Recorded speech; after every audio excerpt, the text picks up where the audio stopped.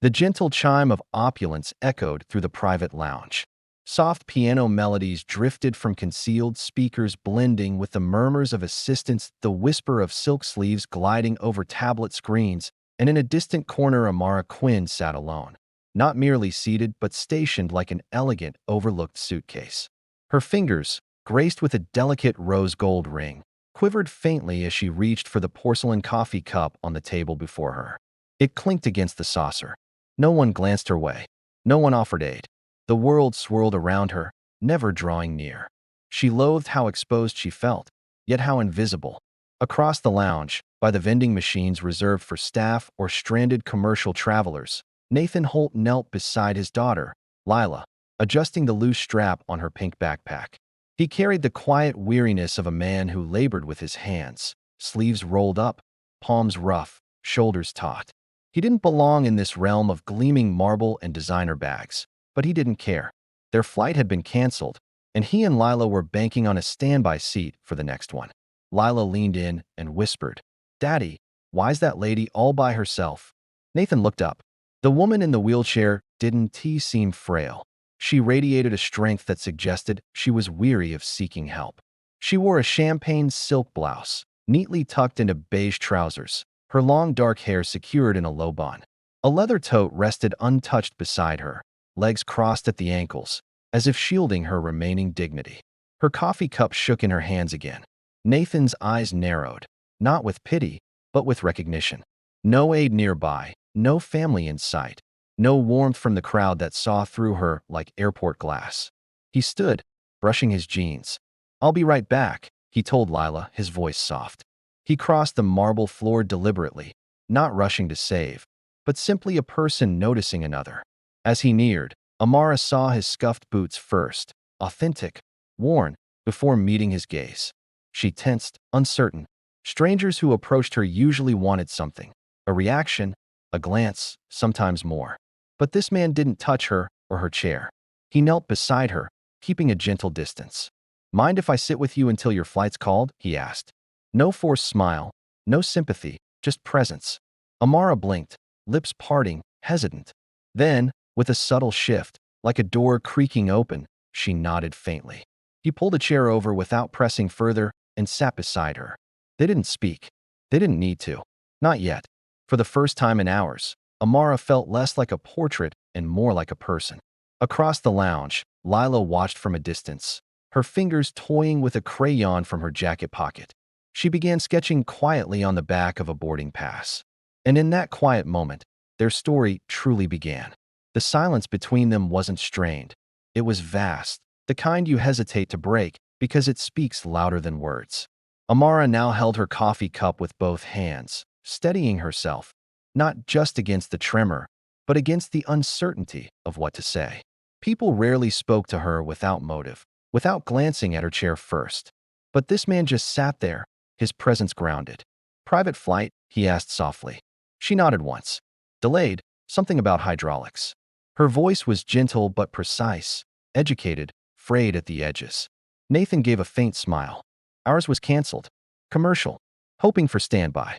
She glanced at the little girl in the distance, now crouched, scribbling with fierce concentration. "Your daughter?" "Lila," he said with a nod. 10. Loves drawing. Thinks vending machine sandwiches are gourmet. That drew a twitch of Amara's lips. Not quite a smile, but close. "I'm Amara," she said after a pause. "Quinn." "Nathan Holt," he replied, offering his hand. He looked only at her face, not her chair. She hesitated, then shook it, her hand cool and slender, his rough and warm. "People usually only talk to me when they want something," she murmured, eyes drifting. "An update, a signature, a headline. You're the first today to meet my eyes." Nathan didn't respond immediately. He just nodded, accepting her truth without softening it. "I saw your hands shake," he said quietly. "Thought you might want company." Her gaze sharpened. She wasn't used to being seen like that, without pity. "It's a neurological condition," she said softly. "Slow recovery. Some days are better. You don't owe me explanations." She looked at him again, not with suspicion, but searching for a catch. There wasn't one. Across the room, Lila stood, clutching a small drawing. She hesitated, then walked toward them. Amara nudged Nathan lightly with her elbow. Your daughter's coming. He turned as Lila arrived, shyly offering the paper. I drew this, she said. For you. Amara looked down. It was a simple crayon sketch. Her in her chair, Nathan beside her, Lila between them, holding their hands. Amara's breath caught. She covered her mouth, then took the drawing with careful fingers. It's beautiful, she whispered. Lila smiled. You looked lonely. Now you're not. Amara glanced at Nathan, eyes misty. Something shifted, a polished, quiet wall cracked at the edges.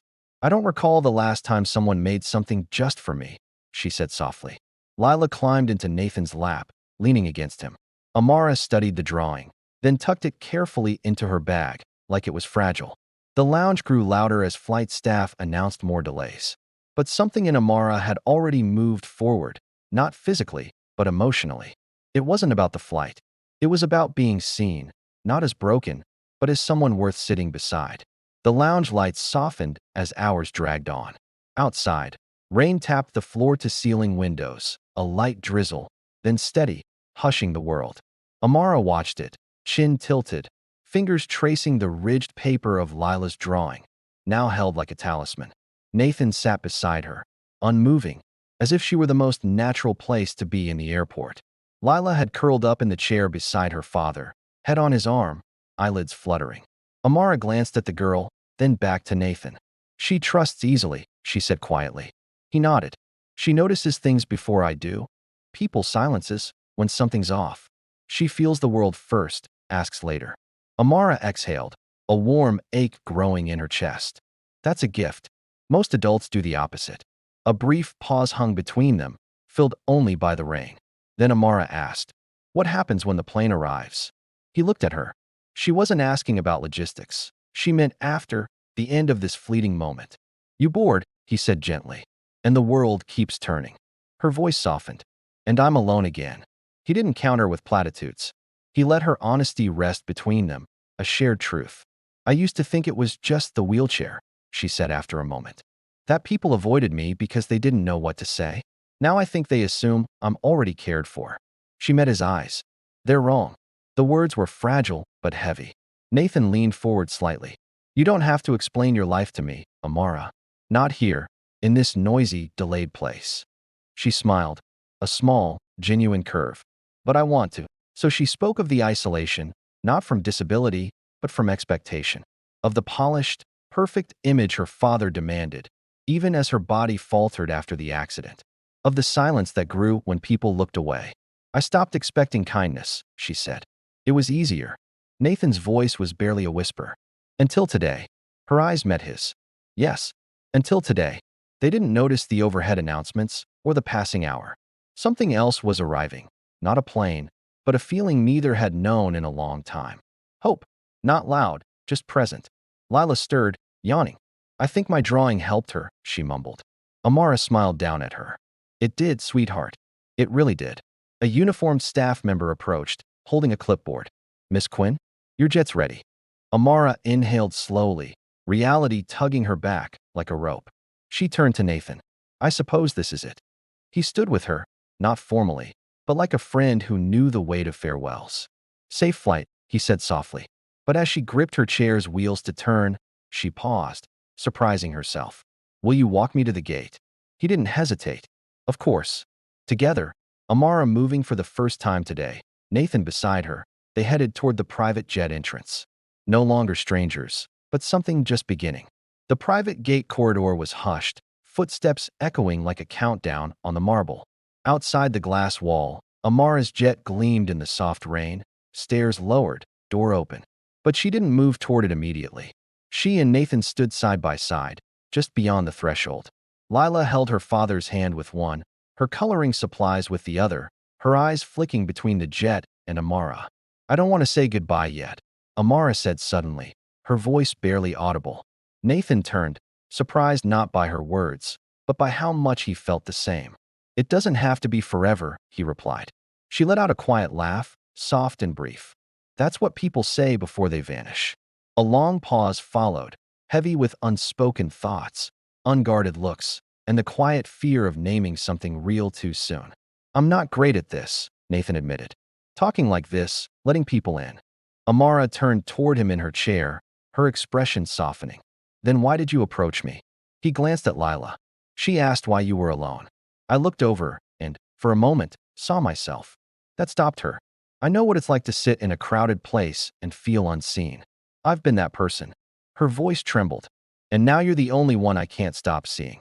Lila, sensing the weight, leaned forward and hugged Amara's neck without warning. Amara blinked, startled, then held her tightly. I don't want you to go yet either, Lila whispered. Something in Amara broke open, yet she felt strong. She looked at Nathan. I don't want to go either, but I don't know how not to. He crouched beside her, eye level again, as he'd been hours ago. You said you stopped expecting kindness. Maybe this is where you start again. Their eyes locked. Then Amara did something she hadn't in months. She leaned forward, reached for her chair's wheel, and turned it herself. A small motion, but hers. A choice. Nathan stood, glancing at the boarding desk where the attendant waited, clipboard in hand. Amara asked softly, Is there somewhere to get coffee nearby before I board? He smiled. There's a terrible machine by the vending area. Her lips curled. Perfect. They turned, not toward the jet, but back the way they came, stealing a few more minutes. Nathan gently placed his hand on the chair's handle, not to steer, but to walk with her. Era didn't stop him. The vending area, just past the VIP lounge, sat in a quieter corridor where polished floors faded to dull tile. It felt forgotten, the air humming with fluorescent light. Amara didn't mind. She moved herself, slowly, her arms weak, the tremor returning. But every inch was hers, not a nurse's or aid's. Nathan walked beside her, never touching the chair unless it tipped slightly, never rushing her. Lila skipped ahead, humming tunelessly, her backpack bouncing. At the coffee machine, Amara laughed breathlessly. This is worse than I expected. Nathan grinned. Told you, it builds character. They stared at the machine's blinking buttons and faded labels. Nathan pressed espresso, pulling 2 paper cups. He handed one to her carefully. She held it with both hands, sipping slowly, wincing. Absolutely awful, she said. But earned, he replied, raising his cup in a mock toast. The silence that followed was different, comfortable, shared. Amara leaned back slightly. I haven't moved myself in weeks, she said. Not even across a room. There's always someone, my father's staff, my therapist, the house manager, helping. Yet I've never felt more stuck. She looked at her lap. Until today, Nathan didn't offer platitudes. He didn't need to. She was already shifting. I forgot what it feels like to decide where I go, she whispered. Lila sat on the floor nearby, crayons out, drawing something new. Nathan leaned against the wall, sipping coffee. You remember now? Amara looked at him, then asked, so quietly, would it be crazy if I didn't board the plane? He blinked, not in shock, but hope. Maybe a little, he said. But the best things often start that way. She smiled fully, her face softening. Then her phone buzzed. The screen read, Dad, priority line. Her smile faded. Her thumb hovered over the button. Nathan watched. What are you afraid he'll say? He asked gently. She stared at the screen. Nothing. That's the problem. He won't yell or ask. He'll assume I'm already on the jet, doing what I always do. And if you didn't? She looked up. The way Nathan saw her, like she could choose her own path, felt new. I'd like to see where this coffee leads, she said quietly. He tilted his cup toward her. Then don't miss your chance. She silenced the call. Her hands shook, not from the tremor, but from courage. A choice was forming. In her lap, Lila's new drawing was done. 3 figures again.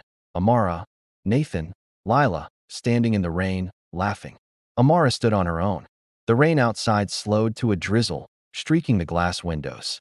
The jet waited, engines humming, stairs down, crew watching. But Amara Quinn stayed at a small table by the vending machine, sipping bitter coffee like it was exquisite. Across from her, Nathan Holt sat, arms folded, his gaze soft, not waiting, just present. Lila dozed beside them, head on her dad's jacket, arms around her drawings. Amara glanced at her phone, not expecting a call, but because it hadn't rung again. Her father had given up, or perhaps never noticed she hadn't boarded. I don't know where I'm going, she whispered suddenly. If I stay, if I don't board. No plan, no schedule, no one waiting. Nathan's voice was steady. That's not the same as being lost. She blinked, then nodded. For the first time in months, maybe years, she felt ownership. Not control, but agency over her time, her voice, her day. In that fragile space, she asked, "Can I show you something?" He nodded. She pulled a thick leather folder from her bag, corporate, heavy with legacy, and slid it across the table. "My father's agenda for me," she said. "Press releases, appearances, partnerships, every hour mapped out." Nathan flipped through it. Lines, checklists, charts. Then Amara took a pen and drew a long, smooth line through it all. "I'm not going back," she said.